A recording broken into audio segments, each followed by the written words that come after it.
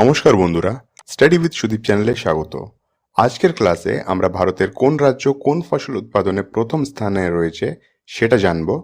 এছাড়াও আমরা বেশ কিছু ফসলের প্রকার জানব, যে কোন শস্য কোন সময়ে বপন করা হয় বা চাষ করা হয় এই ক্লাসে। টপিকটা কিন্তু ভীষণ ইম্পর্টেন্ট।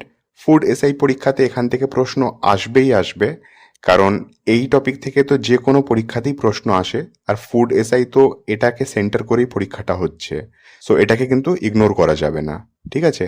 ক্লাসটা আজকে বেশ একটু মন দিয়ে দেখবে, কিছু তথ্য আছে, কিছু মনে রাখার মতো জিনিস আছে। সো ক্লাসটা বেশ ইম্পর্টেন্ট আছে আর ইন্টারেস্টিংও হবে। যারা প্রথমবার স্টাডি উইথ সুদীপ চ্যানেলে ফুড এসআই এর ক্লাস করছো, তাদেরকে জানিয়ে রাখি যে এর আগে আমরা সমস্ত পিওয়াইকিউ করেছি ফুড এসআই এর, আর বেশ কিছু মক টেস্টও দিয়েছি। সেই সমস্ত ভিডিওর লিঙ্ক তুমি এই ভিডিও ডিসক্রিপশনসে পেয়ে যাবে।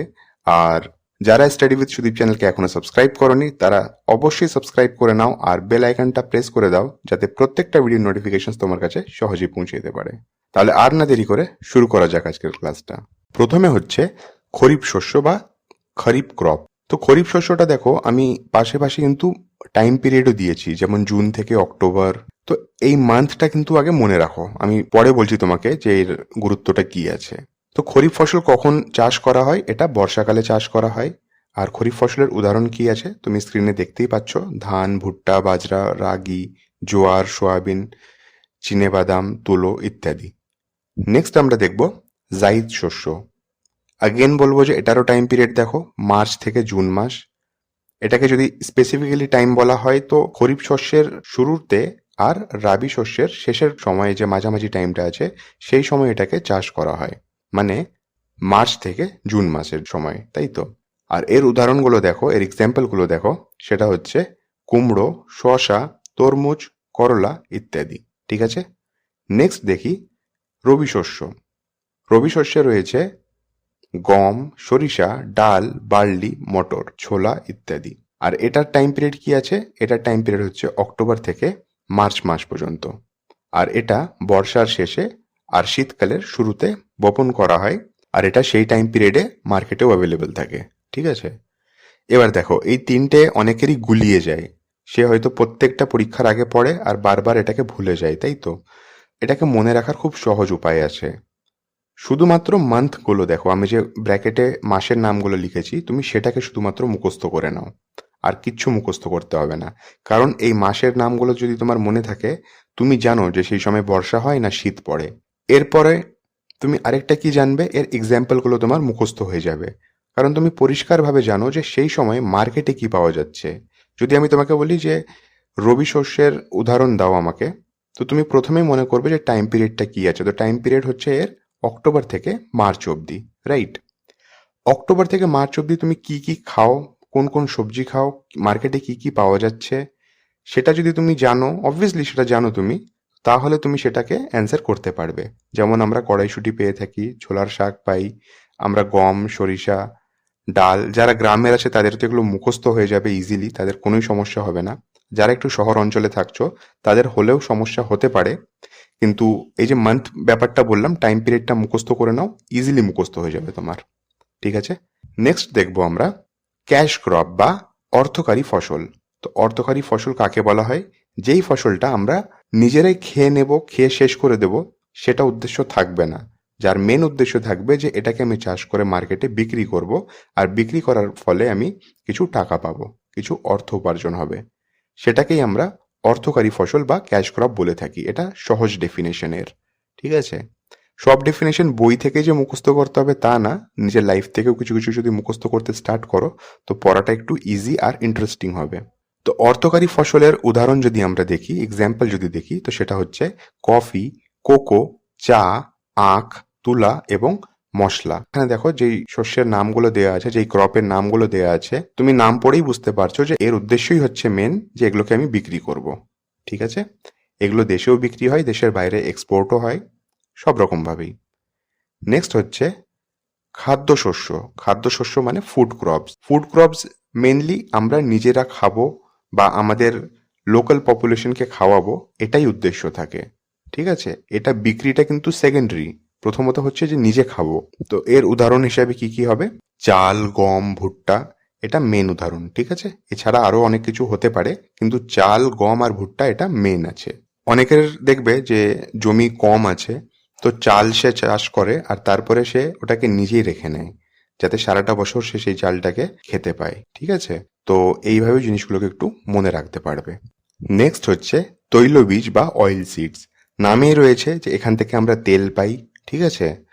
তো তৈলবীজ সেইগুলো যেগুলোর আমরা চাষ করি এই উদ্দেশ্যে নিয়ে যে এখান থেকে আমরা তেল পাবো, যেমন হচ্ছে তোমার চিনে বাদাম, র্যাপসিড, সরষা, সয়াবিন, সূর্যমুখী বা তিল, ঠিক আছে? নেক্সট হচ্ছে তন্তু ফসল বা ফাইবার ক্রপস। নাম থেকেই বুঝতে পারছো যে তন্তু মানে এই ফসল থেকে আমরা আঁশ বা তন্তু পাবো, ফাইবার পাবো, ঠিক আছে? সো এইগুলো কোন ইন্ডাস্ট্রিতে মেনলি ইউজ করা হয়? কাগজ, কাপড় বা দড়ি বানানোর ইন্ডাস্ট্রিতে ইউজ করা হয়। তো কোন ইন্ডাস্ট্রিতে ইউজ করা হয় সেখান থেকে তুমি বুঝতে পারছো যে এগুলো কি কি হতে পারে। প্রথম হচ্ছে তুলা, কটনের আমরা জামা কাপড় শাড়ি সমস্ত কিছুতে ব্যবহার করা হয় কটন। নেক্সট হচ্ছে পাট, পাট থেকে তুমি বুঝতেই পারছো জুট, জুট ব্যাগগুলো হয়।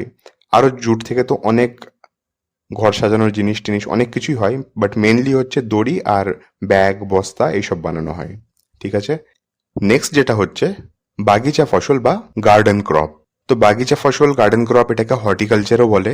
আর এটার মেন উদ্দেশ্য থাকে যে তুমি একবার বড় ইনভেস্টমেন্ট করে একটা বাগান বানালে আর সেখান থেকে যা ফলমূল পাবে সেটাকে তুমি মার্কেটে বিক্রি করবে। মেনলি তো দেখো উদ্দেশ্য থাকে যে আমরা ইন্টারন্যাশনাল মার্কেটে এটাকে বিক্রি করি, তাহলে ভালো রোজগার ভালো আয় হবে, এই উদ্দেশ্যই থাকে। তো বাগিচা ফসলের মধ্যে মেন যেগুলো উদাহরণ হবে সেগুলো হচ্ছে তোমার ফল, শাক সবজি বা শোভাময় উদ্ভিদগুলো। কারণ ঘর সাজানোর জন্য যে গাছপালাও আজকাল বিক্রি হয় সেগুলোও কিন্তু বেশ ভালো পরিমাণেই লোকেরা চাষ করে। তো এতটা অবধি আমরা ফসলের টাইপ পড়লাম, আর কোন ফসলের কি রোল কি উদাহরণ এইগুলো আমরা একটু জানলাম, ঠিক আছে? এবার আমরা যেটা জানবো সেটা হচ্ছে কোন রাজ্যে কোন ফসলের উৎপাদনে সে নম্বর 1 রয়েছে। তো প্রথম হচ্ছে রাইস বা চাল। চালে অবভিয়াসলি পশ্চিমবঙ্গ এগিয়ে আছে। পশ্চিমবঙ্গের পরেই দেখতে পাচ্ছ যে উত্তরপ্রদেশ আছে আর তারপরেই পাঞ্জাব আছে। এখানে একটা ছোট্ট ফ্যাক্ট আছে, সেটা আমি বলে দিই। তুমি ম্যাপে দেখতেই পাচ্ছ যে পাঞ্জাবের সাইজটা কইটুকু আর উত্তরপ্রদেশের এরিয়াটা কিন্তু বিশাল বড়। তো যদি এরিয়া ওয়াইজ বলা হয় তো এরিয়া ওয়াইজ কিন্তু পাঞ্জাব বেশি প্রডিউস করে উত্তরপ্রদেশের তুলনায়। তো চালের ক্ষেত্রে দেখো তোমাকে মুখস্থ এটা তো মুখস্থ করতেই হবে, এর আর কোনো উপায় নেই। তার জন্যই যত রকম ভাবে ইমেজ দিয়ে তোমাকে বোঝানো যায় সমস্ত কিছু স্ক্রিনে ডিসপ্লে করাচ্ছি। ম্যাপ আছে, ম্যাপটাকে ভালো করে একটু দেখো। আর মনে হয় এটা এক ভিজিটে তোমার মুখস্থ হবে আমার মনে হয় না। অনেকের হয়তো হতেও পারে, কিন্তু আমি বলবো যে এটাকে একবার তুমি বেশ ধীরে সুস্থে শান্তি মাথায় দেখো, আর সেকেন্ড টাইম এটাকে তুমি একটু ফাস্ট ফরওয়ার্ড করে দেখো।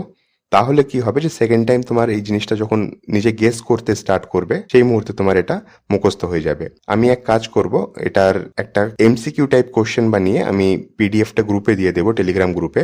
তাহলে তোমরা সেখান থেকে প্র্যাকটিসও করে নেবে পরীক্ষার আগে আগে, ঠিক আছে? আর ইন্ডিয়ার পজিশন কি আছে রাইজে কান্ট্রি ওয়াইজ? তো কান্ট্রি ওয়াইজ ইন্ডিয়া হচ্ছে সেকেন্ড, চাইনা হচ্ছে নাম্বার 1। চালে চাইনা নাম্বার 1 আর ইন্ডিয়া হচ্ছে সেকেন্ড। আর স্টেট ওয়াইজে পশ্চিমবঙ্গ নাম্বার 1। নেক্সট আমরা দেখব গম বা উইট। উইটে দেখো উত্তরপ্রদেশ 1 নম্বরে রয়েছে, তারপরে মধ্যপ্রদেশ আর তারপরেই পাঞ্জাব।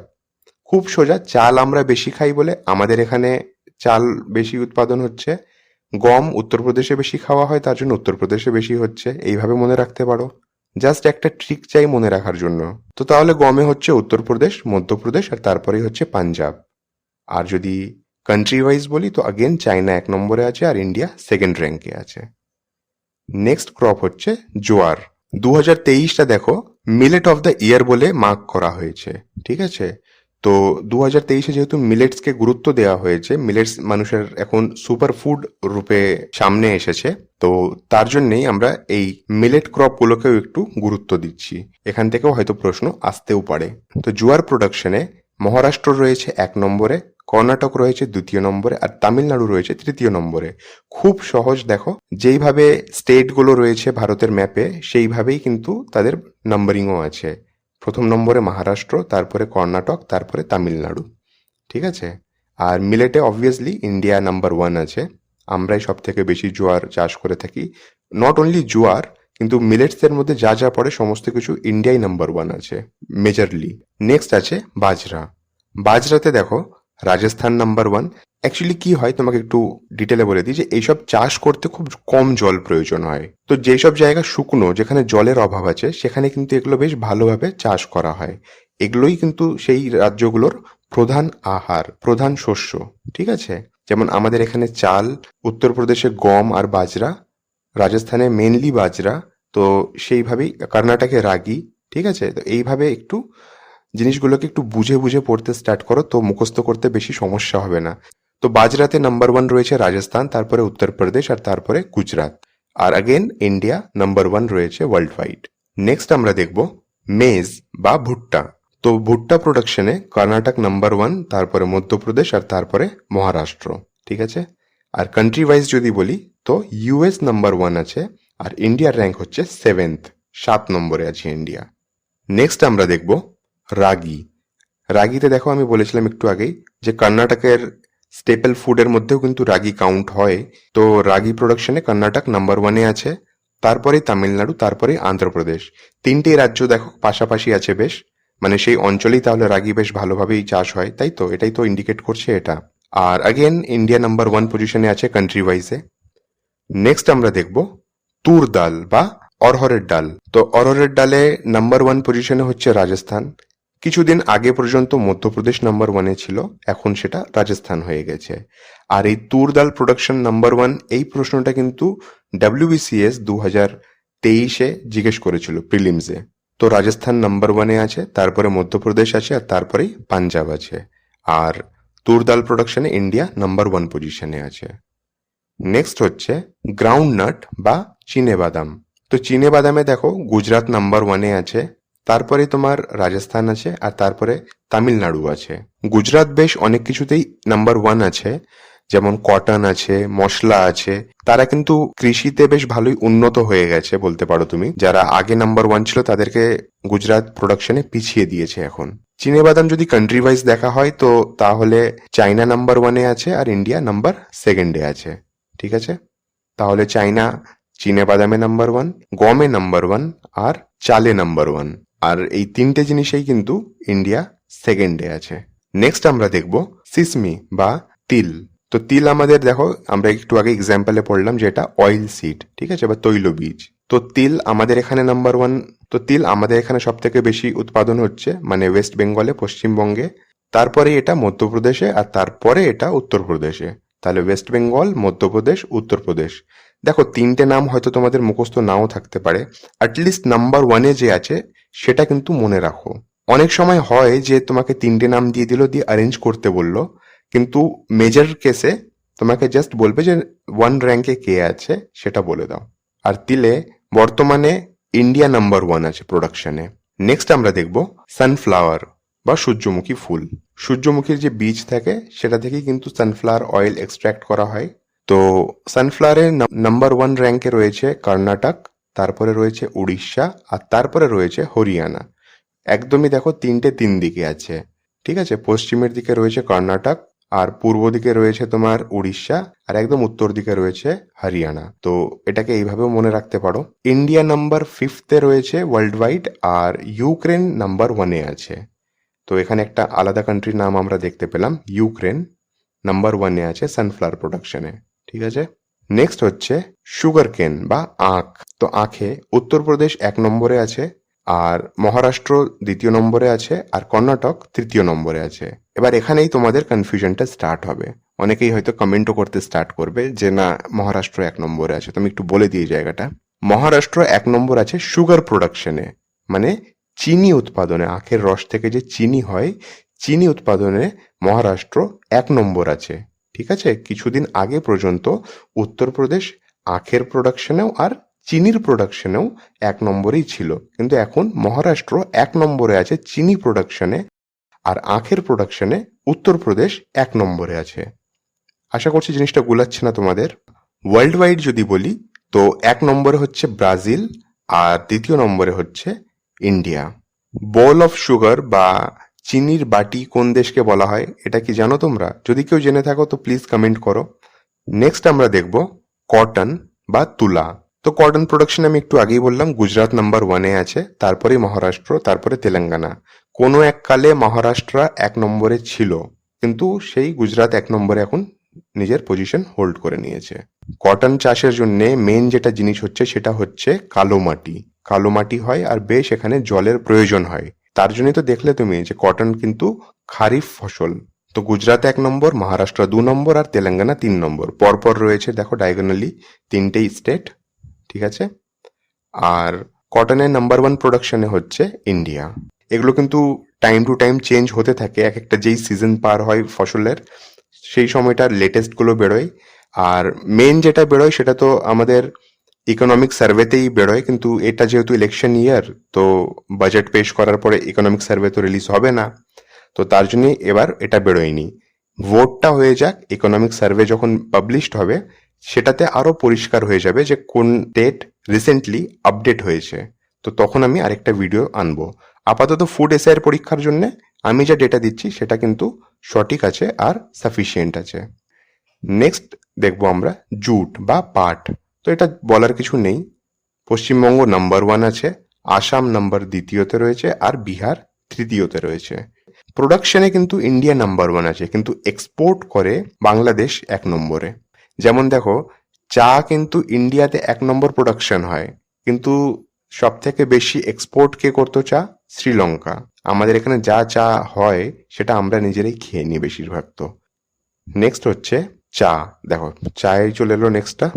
তো চায়ে 1 নম্বর স্টেট হচ্ছে আসাম, 2য় নম্বর রয়েছে ওয়েস্ট বেঙ্গল। আর জানো তুমি ওয়েস্ট বেঙ্গলে মেনলি এটা আমাদের ওই দার্জিলিং ডিস্ট্রিক্টে হয়ে থাকে। আর তারপরেই হচ্ছে তোমার তামিলনাড়ু। তামিলনাড়ুতে মেনলি ওই উটি সাইড এইসবে তুমি সিনেমাতে দেখেছই, সেখানেও চায়ের বাগান রয়েছে। তো এই 3টে স্টেট হচ্ছে 1, 2, 3 করে আসাম, ওয়েস্ট বেঙ্গল আর তামিলনাড়ু। আর কান্ট্রি ওয়াইজ যদি বলা হয় প্রোডাকশনের দিক থেকে, তো সেটা হবে চায়না আর ইন্ডিয়া হবে সেকেন্ড।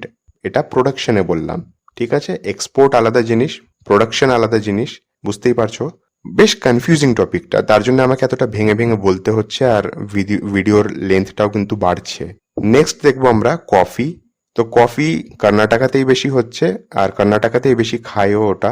তো position wise Karnataka number 1, Kerala number 2, Tamil Nadu number 3। দেখতেই পাচ্ছ আগেন যে সেই এক জায়গাতেই রয়েছে 3টে স্টেট, একই দিকে রয়েছে, তো মুখস্থ করতে সমস্যা হবে না এটা। আর ওয়ার্ল্ড ওয়াইড যদি দেখি তাহলে ব্রাজিল হচ্ছে নাম্বার 1, ঠিক আছে। এটা আশা করি সবারই মনে আছে, কারণ এই কফি নিয়ে প্রশ্ন অনেক পরীক্ষাতেই এসেছে। তো ব্রাজিল নাম্বার 1 আছে প্রোডাকশনে, আর ইন্ডিয়ার র্যাঙ্ক হচ্ছে 6। তো ইন্ডিয়ার র্যাঙ্ক আশা করছি এখানে জিজ্ঞেস করবে না, মেনলি 1 র্যাঙ্কগুলোকেই জিজ্ঞেস করে, যেগুলো 10th লেভেলের পরীক্ষা হয় সেখানে 1 র্যাঙ্কগুলো, ফার্স্ট র্যাঙ্কগুলোকেই জিজ্ঞেস করা হয়। আজকে নেক্সট আর লাস্ট হচ্ছে রাবার। তো রাবার মেনলি তুমি আজকাল তো সাউথ ইন্ডিয়ান মুভিসগুলো অনেক আসে, হিন্দিতেও রিলিজ হচ্ছে সেই মুভিগুলো, মুভি হোক ওয়েব সিরিজ হোক, তো সেখানে তুমি দেখে হবে যে কেরালার যে কোনো সিরিয়াল হোক না কেন, আর যদি সেটা গ্রাম অঞ্চলে গল্পটা বেস্ট থাকে, তো সেখানে কিন্তু ওই রাবার চাষটা দেখানো হয়। সেখান থেকে তুমি মনে রাখতে পারো যে কেরালা নাম্বার 1 রয়েছে রাবার প্রোডাকশনে, তারপরে সেকেন্ড নম্বরে রয়েছে তামিলনাড়ু। এখানে থার্ড নাম্বার মেনশন নেই, কারণ থার্ড নাম্বারের কোনো শিওরিটি আমি পাইনি, ঠিক আছে। আমি অ্যাকচুয়ালি এই সব ডেটা অফিসিয়াল ওয়েবসাইট থেকে নিয়েছি, ভারত সরকারের অফিসিয়াল ওয়েবসাইট থেকে নিয়েছি। তো সেখানে আমি থার্ড নাম্বার মেনশন পাইনি। থার্ড নাম্বারে অনেকগুলো নাম ছিল, যেমন এটা ত্রিপুরাতে চাষ করা হচ্ছে, ত্রিপুরার পরে আসামের নাম ছিল, তো একটু কনফিউজিং ছিল। আর আশা করছি কেরালাকে, সরি, রাবারকে নিয়ে এত কিছু বলবে না। রাবারকে নিয়ে জিজ্ঞেস করলে 1 নম্বরটাই জিজ্ঞেস করবে, আর সেটা হচ্ছে কেরালা। এইটুকুটা মনে রাখলেই যথেষ্ট। আচ্ছা, এখানে একটা নতুন কান্ট্রির নাম তুমি দেখতে পাবে, সেটা হচ্ছে থাইল্যান্ড। রবার প্রোডাকশনে 1 নম্বরে রয়েছে থাইল্যান্ড, আর ইন্ডিয়ার পজিশন হচ্ছে 4th, ঠিক আছে। তো আজকে আমরা এই ক্রপ চ্যাপ্টারটা পড়লাম। ক্রপ চ্যাপ্টারে যা যা ইম্পর্টেন্ট ছিল আমি সেই সমস্ত কিছু কভার করেছি। ফুড এসের জন্য অ্যাগেন বলবো এটা ভীষণ ইম্পর্টেন্ট। যদি একবারে মুখস্থ হচ্ছে না, তো তুমি সেকেন্ড টাইম ভিডিওটা দেখে মুখস্থ করার চেষ্টা করো। আশা করছি ভিডিওটা হেল্পফুল হবে তোমাদের জন্য। আর যদি ভিডিওটা তোমাদের ভালো লাগে তো প্লিজ একটা লাইক করে দিও, আর তোমার ফ্রেন্ডসদের সঙ্গে শেয়ার করে দিও। চ্যানেলটাকে যদি এখনো সাবস্ক্রাইব করোনি তো সাবস্ক্রাইব করে নাও, আর বেল আইকনটা অবশ্যই প্রেস করে দেবে, তাহলেই তোমার কাছে প্রত্যেকটা ক্লাসের নোটিফিকেশনস বা নিউ জবের আপডেটসগুলো তোমার কাছে ইজিলি পৌঁছে যাবে। তাহলে দেখা হচ্ছে নেক্সট ক্লাসে, ততক্ষণ পড়তে থাকো, রিভাইজ করতে থাকো।